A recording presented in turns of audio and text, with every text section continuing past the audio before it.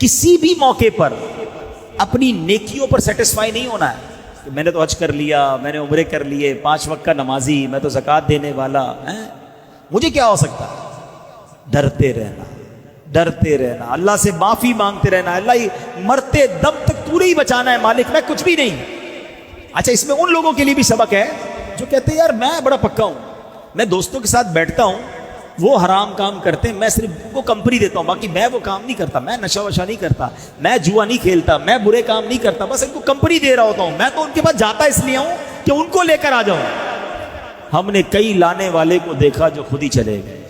جن کو یہ اطمینان تھا نا کہ میں پکا ہوں، کوئی پکا نہیں ہے۔ یاد رکھو، سرکار دو عالم صلی اللہ تعالی علیہ وسلم کی دعا سن لو نا، میرے آقا کے تو قدموں پر، ان کے چپل مبارک نالین شریف پر لگی ہوئی خاک کے ذرے کے برابر بھی نہیں نا ہم تو۔ وہ کیا دعا فرماتے ہیں ہماری تعلیم کے لیے؟ یا مقلب القلوب ثبت قلبی علی دین قلب، کہتے ہیں کسی اس چیز کو جو منقلب ہونے والی ہے، جو بدلتی رہے۔ اب آپ اپنے دل پر خود غور کر لیں سارے، ہمارا دل بڑا عجیب ہے، کبھی ایسا خوف خدا طاری ہوتا ہے کہ انسان کی آنکھوں سے آنسو نہیں رک رہے ہوتے، سارے گناہوں سے بندہ پکی توبہ کر لیتا ہے، کہتا اب کرنا ہی کچھ نہیں ہے۔ کبھی اسی دل پر ایسی سخاوت طاری ہوتی ہے کہ جی چاہتا ہے بس سارا مال اللہ کی راہ پہ لٹا دوں، اس کو بھی دے دوں، اس کو بھی دے دوں، مسجد میں بھی دے دوں، غربت غریبوں کی مدد کروں۔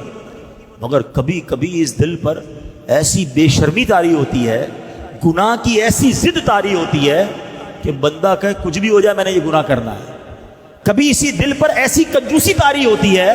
بندہ کہتا مر جاؤں میں 1 روپیہ نہیں دوں گا۔ ارے یہی دل ہے، کبھی کدھر کبھی کدھر، کہیں ایسا نہ ہو یہ بدلتا دل جو ہے مرنے سے پہلے بدل گیا تو حرام کاموں میں لگ گیا، بے حیائی کے کام میں لگ گیا اور اسی وقت موت آ گئی تو،